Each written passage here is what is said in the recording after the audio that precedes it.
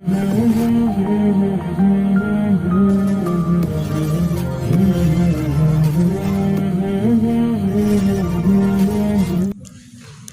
باللہ من الشیطان الرجیم بسم اللہ الرحمن الرحیم وَإِذِ اعْتَزَلْتُمُوهُمْ وَمَا يَعْبُدُونَ إِلَّا اللَّهَ فَأْوُوا إِلَى الْكَهْفِ يَنشُرْ لَكُمْ رَبُّكُمْ مِنْ رَحْمَتِهِ وَيُهَيِّئْ لَكُمْ مِنْ أَمْرِكُمْ مِرْفَقًا۔ آیت نمبر 16 ہے، تو اس میں ہے إِلَّا اللَّهَ فَأْوُوا پڑھیں گے اس کو، فَأْوُوا کو بھی پھر کھینچنا ہے، چونکہ ایک تو واو کے اوپر الٹا پیش ہے، پھر آگے اوپر کھڑی مد ہے۔ الٹا پیش اور سیدھے پیش میں یہ فرق ہوتا ہے۔ سیدھے پیش کا مطلب یہ ہے کہ اس کو ہلکا سا پیش پڑھو فاؤ، اور الٹے پیش کا مطلب یہ ہے کہ اس کو پیش کو تھوڑا سا کھینچو۔ مثلا یہ نا فاؤ، اگر واو کے اوپر سیدھا پیش ہوتا، یہ جیسے پیش لکھتے ہیں، یہ سیدھا پیش، یہ سیدھا پیش اور یہ الٹا پیش، تو جو سیدھا پیش ہے نا اس کو تھوڑا سا پڑھتے ہیں۔ مثلا اسی واو کے اوپر اگر سیدھا پیش ہوتا تو ہم پڑھتے فاؤ، اب چونکہ الٹا پیش ہے تو ہم پڑھیں گے فاؤ، اور پھر الٹے پیش کے اوپر مد بھی ہے تو اس کو اور زیادہ کھینچیں گے فاؤ الی الکہف۔ اور اسی سطر میں ہے یوہی، اس کو پڑھیں گے یوہی، آخر میں چونکہ حمزہ ہے تو حمزے کا جھٹکا دیں گے یوہی۔ یہ 16ویں آیت ہے۔ ہم یہاں تک پہنچے تھے کہ وہ بادشاہ کے سامنے پہنچے تو انہوں نے اپنے رب کی توحید بیان کی، اور جب وہاں بادشاہ سے فارغ ہوئے اور بادشاہ نے کہا کہ تم سوچ لو، میں واپسی آ کر تمہیں دیکھتا ہوں، اس وقت انہوں نے یہ جملہ کہا تھا وَإِذِ اعْتَزَلْتُمُوهُمْ، تو کہنے لگے ساتھیو جب تم نے ان لوگوں سے علیحدگی اختیار کر لی ہے، یعنی ان مشرکین سے تم علیحدگی اختیار کر لی ہے کہ یہ اور ہیں ہم اور ہیں، وَمَا يَعْبُدُونَ إِلَّا اللَّهِ، اور اللہ کو چھوڑ کر جن بتوں کی عبادت کر رہے ہیں ان سے بھی تم نے علیحدگی اختیار کر لی ہے کہ ہمارا ان بتوں سے کوئی تعلق نہیں ہے۔ اب کیا کرو، فَأْوُوا إِلَى الْكَهْفِ، اب تم سب چلو غار کی طرف، غار میں چلتے ہیں، تمہارا رب تمہارے اوپر اپنی رحمت پھیلا دے گا اور تمہارے لیے آسانی کے اسباب مہیا فرما دے گا۔ یعنی جو آدمی اللہ کے نام پر چل پڑتا ہے، قدم اٹھا لیتا ہے، پھر اللہ کی رحمت اس پر برستی ہے، پھر اللہ آسانی کے اسباب بھی مہیا کرتا ہے۔ یہی تو میں عرض کیا کرتا ہوں کہ جب آدمی دین کو سامنے رکھ کر کوئی قدم اٹھا لیتا ہے، بھلا اس میں روزی جاتی ہوئی نظر آ رہی ہو، دکانداری ختم ہوتی ہوئی نظر آ رہی ہو، اور نوکری کا چھوٹنا نظر آ رہا ہو، لیکن حقیقت میں ایسا نہیں ہوتا، بلکہ کیا ہوتا ہے، ینشر لکم ربکم من رحمتی، اللہ اپنی رحمت پھیلا دیتا ہے اس شخص پر کہ اس نے میری وجہ سے قدم اٹھایا ہے، اور دوسرا اللہ اس کے لیے آسانی کے اسباب مہیا کر دیتا ہے۔ جیسے انہوں نے اپنے آپ کو غار کے حوالے کر دیا تھا تو پھر اللہ نے رحمت فرمائی اور اللہ نے آسانی کے اسباب بنائے۔ یہ نقطہ مجھے اور آپ کو دل سے سمجھ لینا چاہیے کہ ہم جب کبھی بھی اللہ کے نام پر کوئی قدم اٹھائیں گے، اللہ کی رحمت ہمارے شامل حال ہو جائے گی اور اللہ ان کاموں میں آسانیوں کی راہیں ہموار کرتا چلا جائے گا۔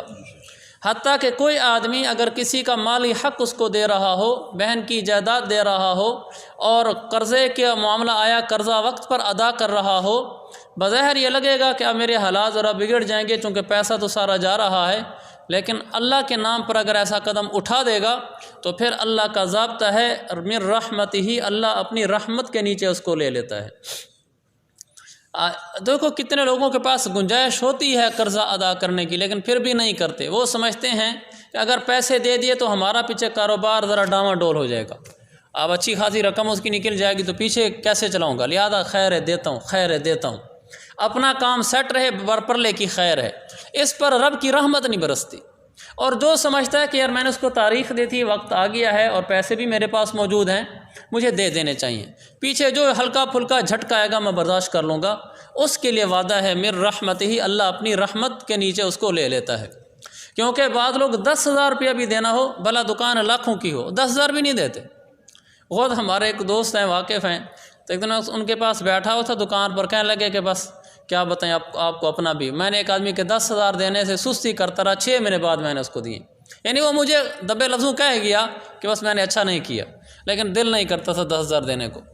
تو میرے عزیز بھائی کیسی بات ہے، ہم جب کسی کا پیسہ دینے لگتے ہیں ہم سمجھتے ہیں کہ اب میرے حالات خراب ہو جائیں گے، ہم کسی کا حق ادا کر دیں گے، جب اس کی قرضے کی تاریخ آ گئی ہے اس کو دے دیں گے، اللہ اپنی رحمت میں ہمیں لے لے گا۔ ہم سمجھتے ہیں کہ دین کو چھوڑنے میں ہمارے حالات ٹھیک ہوں گے، واللہ یہ جھوٹ ہے، دین کو پکڑنے میں ہمارے حالات ٹھیک ہوں گے۔ آگے فرمایا ان کی غار کی حالت، جب غار میں پہنچ گئے وہاں سو گئے تو غار کی وہاں لوکیشن کیسی تھی اس کو یہاں بیان کیا ہے۔ وَتَرَى الشَّمْسَ إِذَا طَلَعَتْ تَزَاوَرُهُمْ، طَلَعَتْ عین کے بعد جو تا ہے نا، یہ تا نہیں پڑھیں گے، تزاور کی جو تا ہے بس اسی کو پڑھیں گے، چونکہ پہلی تا پر جزم ہے اور دوسری تا پر شد ہے۔ جب جزم والا حروف شد والے حروف سے پہلے آتا ہے تو جزم والا حروف شد والے حروف کے اندر داخل ہو جاتا ہے۔ تو طلعت تزاور عن کہفہم ذات الیمین وَإِذَا غَرَبَتْ، یہاں بھی غربت کی تا نہیں پڑھیں گے، تقرض کی تا پڑھیں گے۔ وَإِذَا غَرَبَتْ تَقْرِضُهُمْ ذَاتَ الشِّمَالِ وَهُمْ فِي فَجْوَةٍ مِّنْهُ، فَجْوَةٍ مِّنْهُ۔ اس غار کی لوکیشن یہ تھی کہ جب تم سورج کو دیکھتے کہ سورج جب نکلتا تو وہ ان کے غار سے دائیں طرف سے ہٹ کر نکل جاتا، اور جب غروب ہوتا تو ان کے بائیں طرف سے کترا کر چلا جاتا، اور وہ غار کے کشادہ حصے میں سوئے ہوئے تھے۔ یعنی سورج جب نکلتا تھا وہ ڈائریکٹ غار کے اندر نہیں پڑتا تھا، جیسے ہم بعض صحن میں بیٹھے ہوتے ہیں یا برآمدے میں یا کسی ایسے کمرے میں بیٹھے ہوتے ہیں کہ سورج سیدھا ہمارے اوپر پڑ رہا ہوتا ہے، تو ایسی غار نہیں تھی۔ غار اس طریقے سے بنی ہوئی تھی کہ سورج سیدھا اندر نہیں پڑتا تھا، بس صرف اس کی شعاعیں آتی تھیں، اور غروب ہوتے وقت بھی سیدھا اندر نہیں پڑتا تھا، اور وہ لوگ اندر آرام کرتے رہے۔ ذالک من آیات اللہ، یہ سب اللہ کی نشانیوں میں سے ہے۔ کیا مطلب؟ ان کا غار میں اتنے عرصے تک سوئے رہنا، سورج کا نکلنا اور دھوپ سے محفوظ رہنا، یہ سب اللہ کی قدرت کی نشانیاں ہیں۔ من یہد اللہ فہو المہتد، جسے اللہ ہدایت دے وہی ہدایت پاتا ہے۔ اور اللہ، یہ بھی ایک ضابطہ ہے، ہر جگہ لکھا ہوتا ہے قرآن میں، اللہ جسے ہدایت دے اسے ہدایت ملتی ہے، تو اللہ کسے ہدایت دیتا ہے؟ کیونکہ قرآن میں لکھا ہے نا، یہاں بھی آگے لکھا ہو کہ جس کو اللہ گمراہ کرے تو پھر وہ کبھی ہدایت پر نہیں آتا۔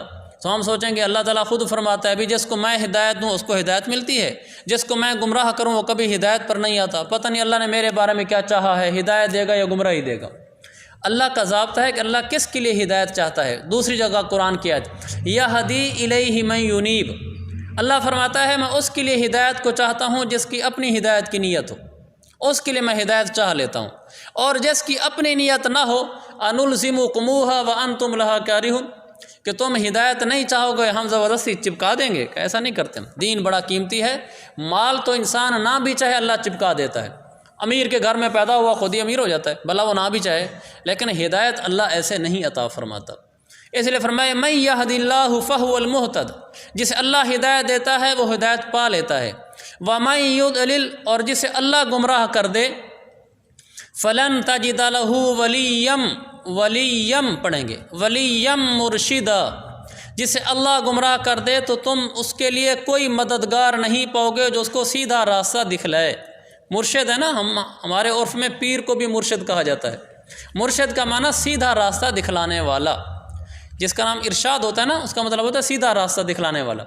مرشد کا معنی سیدھا راستہ دکھلانے والا۔ پیر اس کو بنانا چاہیے جو خود بھی سیدھا راستہ جانتا ہو۔ سیدھا راستہ کیا ہے؟ قرآن اور حدیث۔ جو خود قرآن اور حدیث کا علم جانتا ہو اور قرآن اور حدیث کے مطابق زندگی گزار رہا ہو، یہ پیر بھی ہے، مرشد بھی ہے، قبلہ بھی ہے، سب کچھ ہے۔ اور جو خود ہی قرآن حدیث سے واقف نہیں ہے، اس کی اپنی زندگی سنت کے مطابق نہیں ہے، وہ پیر نہیں ہو سکتا، مرشد نہیں ہو سکتا، ولا گدی والا ہو سکتا ہے، سب کچھ ہو سکتا ہے۔ تو یہ ضرور خیال رکھنا چاہیے کہ میں نے مرشد کس کو بنایا ہوا ہے، اور اس کے لیے ضروری نہیں کہ سفید بال ہوں۔ اگر بال سفید ہیں زندگی شریعت کے خلاف ہے تو وہ کوئی مرشد نہیں ہے، اگر بال سفید نہیں ہے لیکن مجال سنت کے خلاف زندگی گزارے وہ مرشد ہے۔ یہ اللہ نے ہمیں راستہ بتایا ہے کہ پیر اور مرشد کس کو کہتے ہیں۔ تو مرشد ہونا چاہیے لیکن شریعت کے مطابق ہونا چاہیے۔ وَتَحْسَبُهُمْ أَيْقَاظًا وَهُمْ رُقُودٌ، یہاں مجھے یاد آ گیا، بعض لوگ کہتے ہیں جی ہمارے مرشد تو نمازیں یہاں نہیں پڑھتے، وہ ہماری آنکھوں سے اوجھل ہو کے پڑھتے ہیں۔ یہ کیسی بات ہے؟ اللہ کے نبی تو ساری زندگی ہماری آنکھوں کے سامنے پڑھی ہیں۔ کہا جی ہماری نمازیں معاف ہو گئی، ہمارے مرشد کو بھی معاف ہیں، وہ اللہ کے نبی کو قیامت تک آخری دن تک نہیں معاف ہوئیں۔ یہ کون سا مرشد آ گیا جس کو معاف ہو گئی ہیں؟ یہ ایسی ساری باتیں ہوتی ہیں۔ مرشد اس کو کہتے ہیں جو خود سیدھے راستے پر چل رہا ہو اور پھر وہ دوسروں کو سیدھے راستے پر لگائے گا۔ خود ہی قرآن حدیث سے یا اس کی تعلیمات سے ناواقف ہے تو دوسروں کو کیسے لگا سکتا ہے؟ اور کچھ باتیں صحیح اللہ والوں کی طرف بھی غلط منسوب کر دی جاتی ہیں۔ جو ہمارے پیچھے اولیاء اللہ، صوفیاء، بزرگان دین گزرے ہیں ہندوستان میں، اس میں اجمیری اور چشتی بہت بڑے ہمارے بزرگ گزرے ہیں، ان میں سے بعض لوگوں کی طرف بعد میں آنے والے لوگوں نے غلط باتیں منسوب کر دیں اور ان کو ان کی بزرگی بنا دی ہے۔ کیا بنا دیا جی؟ 40 سال وہ ایک دھاگے کے ساتھ، سر کے ساتھ دھاگا باندھ لیا اور کنویں میں لٹکے رہے 40 سال، یہ ان کی ولایت ہے۔ یہ کیسی جہالت ہے! یہ غلط باتیں ان کی طرح منسوب ہیں۔ جو 40 سال کنویں میں لٹکا رہا اس نے نمازیں کب پڑھی ہیں؟ کنویں میں کھڑے کھڑے نمازیں کہاں گئیں؟ جی یہ ان کی کرامت تھی کہ وہ 40 سال ایسے لٹکے رہے۔ اگلا کہتا ہے واہ واہ سبحان اللہ سبحان اللہ، کمال ہے تیری عقل میں سبحان اللہ بھائی، جو 40 سال کی نمازیں اس کی کہاں گئی ہیں؟ اللہ کے نبی نے تو ایسا کبھی نہیں کیا کہ آپ یا آپ کا کوئی صحابی ایسے لٹکا کھڑا رہا ہو جی ہمارے حضرت کی یہ کرامت ہے۔ یہ کرامت نہیں ہے۔ کرامت یہ بھی نہیں ہے کہ وہ اڑ رہا ہو ہواؤں میں، یہ بھی کوئی کرامت نہیں ہے۔ لا کرامت فوق الاستقامہ، جو شریعت پر استقامت کے ساتھ چل رہا ہو، دین پر جم کے چل رہا ہو، یہ سب سے بڑی کرامت ہے۔ یہ اس کی کرامت ہے کہ اس کا کوئی عمل سنت کے خلاف نہیں، بس یہ سب سے بڑی کرامت ہے۔ ورنہ اس طرح کی کرامتیں اللہ والوں، سچے اللہ والے بزرگوں کی طرح منسوب کر دینا جس کا دین سے کوئی تعلق ہی نہیں ہے۔ سب سے بڑی کرامت سنت پر چلنا ہے۔ آپ دیکھتے نہیں صحابہ سے بڑا کوئی ولی ہو سکتا ہے؟ صحابہ سے بڑا کوئی کرامتوں والا ہو سکتا ہے؟ تو ایسی باتیں صحابہ میں تو نظر نہیں آتی۔ کوئی اکا دکا کسی میں نظر آ جاتی ہے، جیسے حضرت عمر بن خطاب رضی اللہ عنہ نے کھڑے کھڑے کہا کہ یا ساریہ الجبل، وہ لشکر گیا ہوا تھا ان کا لڑنے کے لیے جس کا سپہ سالار ساریہ تھا، تو حضرت عمر نے مدینے میں کھڑے ہو کر کہا کہ ساریہ پیچھے پہاڑ کا خیال رکھ، لشکر وہاں سے حملہ کر رہا ہے۔ کرامت ہے، انکار نہیں، لیکن ایسی کرامتیں ظہور دکھلا دینا کسی کے بارے میں کہ شریعت پر تو عمل نہیں ہے لیکن نئی نئی کرامتیں جس میں شریعت ہی ہاتھ سے چھوٹ جاتی ہے اور ان کی کرامت بن رہی ہے، ایسا نہیں ہے۔ سب سے بڑی کرامت اللہ کے نبی صلی اللہ علیہ وسلم کی اتباع اور ان کی غلامی ہے، بس یہ سب سے بڑی کرامت ہے۔ یہ مرشد کا لفظ آ گیا۔ ہمارے دوست تھے، وہ ڈاکٹر ہیں ماشاءاللہ، تو وہ جب پڑھتے تھے نا تو ان کو لڑکے مرشد کہا کرتے تھے، مذاق میں گپ شپ میں، تو اس سے مجھے یاد آ گیا، میں نے چلو مرشد پہ کچھ عرضی کر دوں۔ وَتَحْسَبُهُمْ أَيْقَاظًا وَهُمْ رُقُودٌ، آپ انہیں دیکھیں گے اور سمجھیں گے کہ وہ جاگ رہے ہیں حالانکہ وہ سو رہے ہیں، یعنی وہ جو غار میں سو رہے تھے، دیکھنے والا سمجھتا تھا کہ لیٹے ہوئے ہیں لیکن سوئے ہوئے نہیں ہیں۔ یہ اللہ کی اپنی حکمت ہے۔ وَنُقَلِّبُهُمْ ذَاتَ الْيَمِينِ وَذَاتَ الشِّمَالِ، ہم ان کو دائیں اور بائیں کروٹیں بھی دلا رہے تھے، کیونکہ اگر ایک ہی جگہ پر پڑے رہتے تو ممکن ہے جسم گل جاتا۔ اللہ ان کو کروٹیں بھی دلاتا رہا۔ وَكَلْبُهُمْ بَاسِطٌ ذِرَاعَيْهِ بِالْوَصِيدِ، اور ان کا کتا دہلیز کے اوپر اپنے اگلے دونوں ہاتھ پھیلا کے بیٹھا رہا، اس پر بھی نیند طاری ہو گئی تھی، وہ بھی ایسے پاؤں پھیلائے بیٹھا تھا جیسے چوکیدارہ کر رہا ہو، لیکن وہ بھی سو رہا تھا۔ کتا بھی 309 سال ان کے ساتھ سوتا رہا۔ وہی بات جو میں نے کل بھی عرض کی تھی، یہاں مفسرین نے لکھا ہے اللہ والوں کے ساتھ اگر تعلق ہو جائے کتے کا بھی تو اللہ تعالیٰ اس کا بھی قرآن میں ذکر کر دیتا ہے، اور اگر صحیح مرشد کے ساتھ، صحیح اللہ والے کے ساتھ تعلق ہو جائے تو پھر اللہ اس پر بھی اپنی رحمتیں نازل فرماتا ہے۔ ہمارا ضرور تعلق ہونا چاہیے، میرا بھی، آپ کا بھی، ہم سب کا اللہ والے علماء کے ساتھ، اللہ والے لوگوں کے ساتھ۔ ہمارے پاس ان کا فون نمبر ہونا چاہیے۔ سارے کوشش کرتے ہیں کہ ہمارے پاس کسی سیاستدان کا نمبر ہو، کسی پولیس والے کا نمبر ہو، اللہ کے بندو کسی اللہ والے کا نمبر بھی ہونا چاہیے، کسی عالم مفتی کا نمبر بھی ہونا چاہیے، بوقت ضرورت انسان ان سے دینی رہنمائی لے سکے۔ اللہ مجھے بھی اس کی توفیق دے۔ لَوِ اطَّلَعْتَ عَلَيْهِمْ، اس کو پڑھیں گے، لَوِ اطَّلَعْتَ عَلَيْهِمْ لَوَلَّيْتَ مِنْهُمْ فِرَارًا وَلَمُلِئْتَ، مُلِئ حمزہ ہے نا، جھٹکا دیں گے، وَلَمُلِئْتَ مِنْهُمْ رُعْبًا، اگر آپ ان کو جھانک کے دیکھ لیتے تو آپ ان سے پیٹھ پھیر کر بھاگ جاتے اور تمہارے اندر ان کی دہشت اور ان کا رعب بھر جاتا۔ وہ اندر سوئے ہوئے تھے، اللہ تعالیٰ نے ان کی حفاظت کا ایک سامان یہ بھی کیا تھا کہ کوئی آدمی یہ نہیں کر سکتا تھا 309 سال کے دوران کہ اگر ان کو دیکھتا اور ان کی طرف قدم آگے بڑھا کر ان کو ہلاک کر سکتا۔ اگر کوئی دیکھ بھی لیتا تو اللہ اس پر روب طاری کر دیتا، وہ آگے بڑھ بھی نہیں سکتا تھا۔ اللہ کے ہاتھ میں دل ہیں، تو 309 سال تک کسی میں ہمت بھی نہیں ہوئی کہ ان کو جھانک کر دیکھے۔ اگر کوئی دیکھ بھی لیتا تو اس میں آگے بڑھنے کی ہمت نہ ہوتی، اس میں روب طاری ہو جاتا۔ یہ اللہ نے دکھلایا کہ جن کو میں اپنا بنا لیتا ہوں پھر میں ان کے ساتھ ہو جاتا ہوں، پھر ان کو کوئی ہاتھ نہیں لگا سکتا ہوتا۔ آپ نہیں دیکھتے پاک پیغمبر صلی اللہ علیہ وسلم کو قتل کے کتنے منصوبے بنائے گئے، اور کئی منصوبے تو ایسے تھے جو 100% کامیاب ہو جاتے، لیکن اللہ کے نبی کے ساتھ اللہ تھا تو کچھ بھی نہیں ہو سکا۔ سب کچھ کرنے کے باوجود بھی وہ ناکام ہی رہے، اپنے منہ کی کھاتے رہے۔ جس کے ساتھ اللہ ہو جاتا ہے تو پھر اللہ خود اس کی مدد فرماتا ہے۔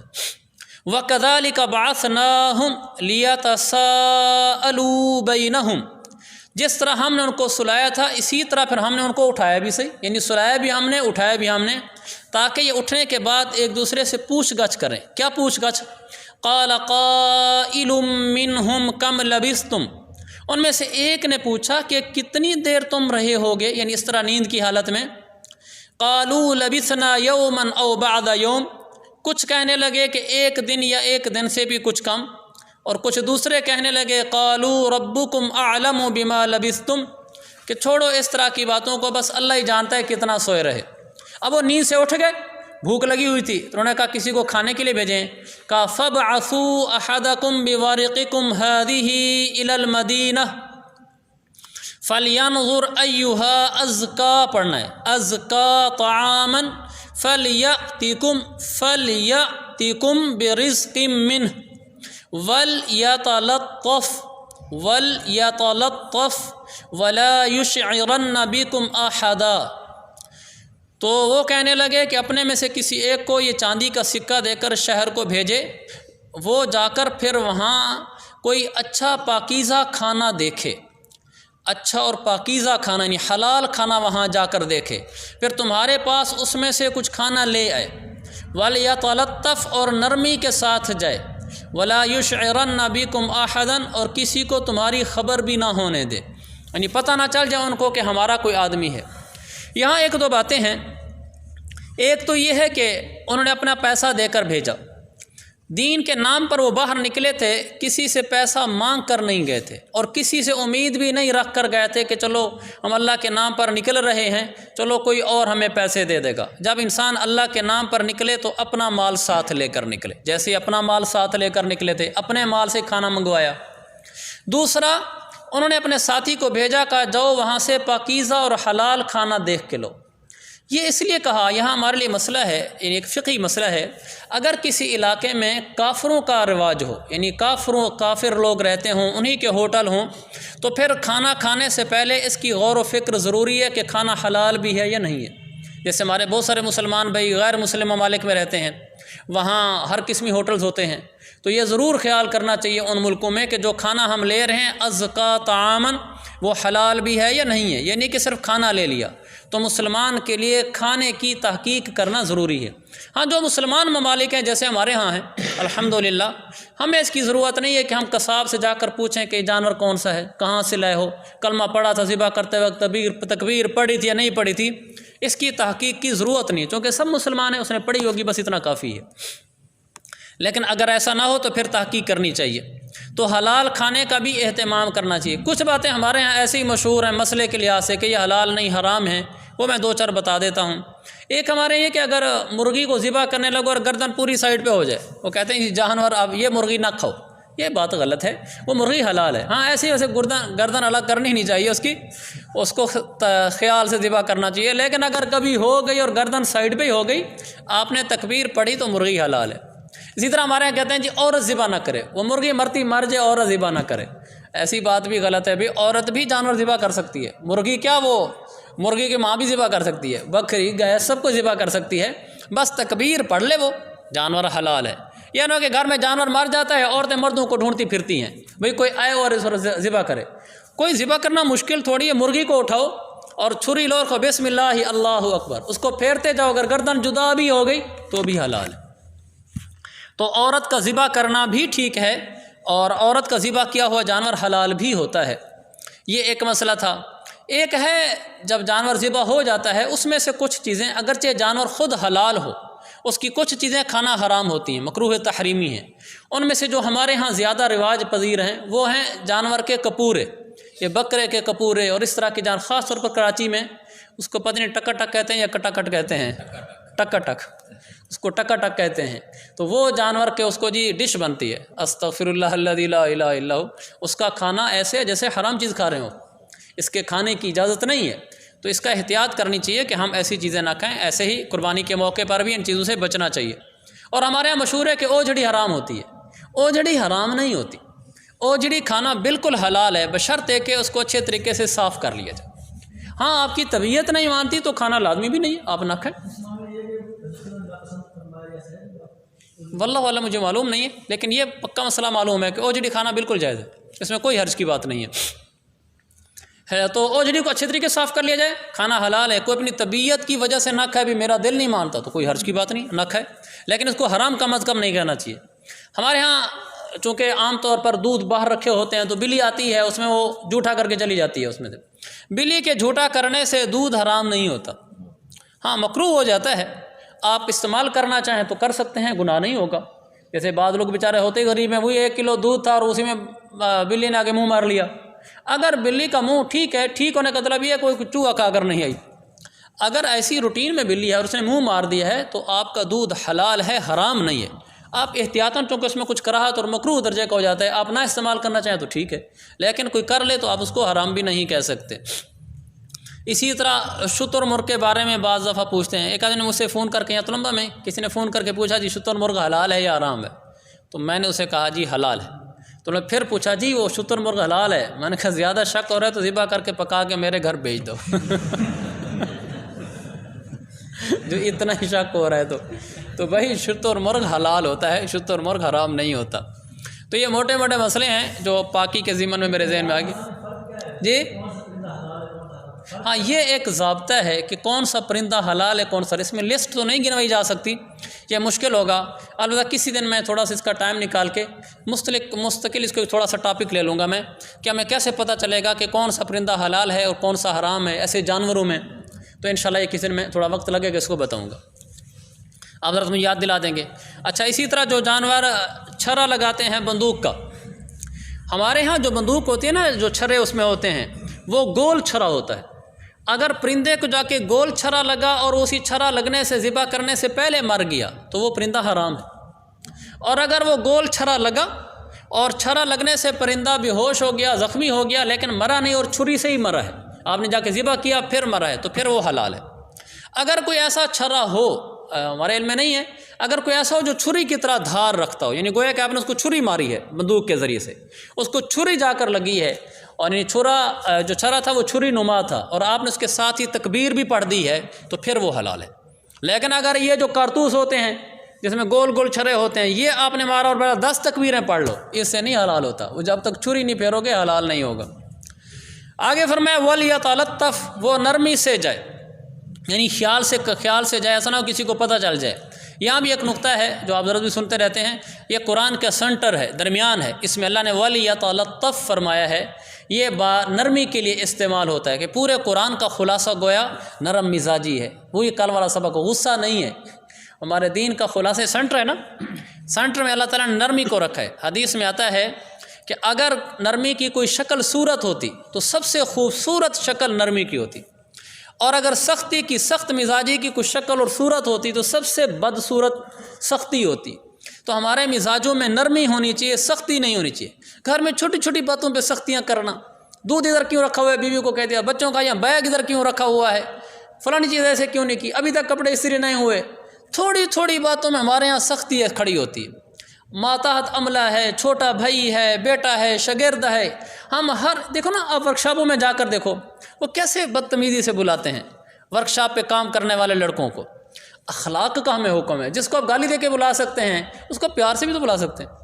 جو ماتحت ہوگا اس کو بد اخلاقی سے بلائیں گے، جو تھوڑا سا بڑا ہوگا یا پیسوں میں بڑا ہوگا اس کو صاحب کہہ کر پکاریں گے۔ کیسی عجیب سی بات ہے۔ اللہ نے ہمیں نرم مزاجی کا کہا ہے۔ ہمارے گھر والے ہمارے بارے میں یہ نہ سمجھیں کہ جب ہم گھر میں جائیں تو تھانے دار آ گیا ہے اب سارے سہم جائیں۔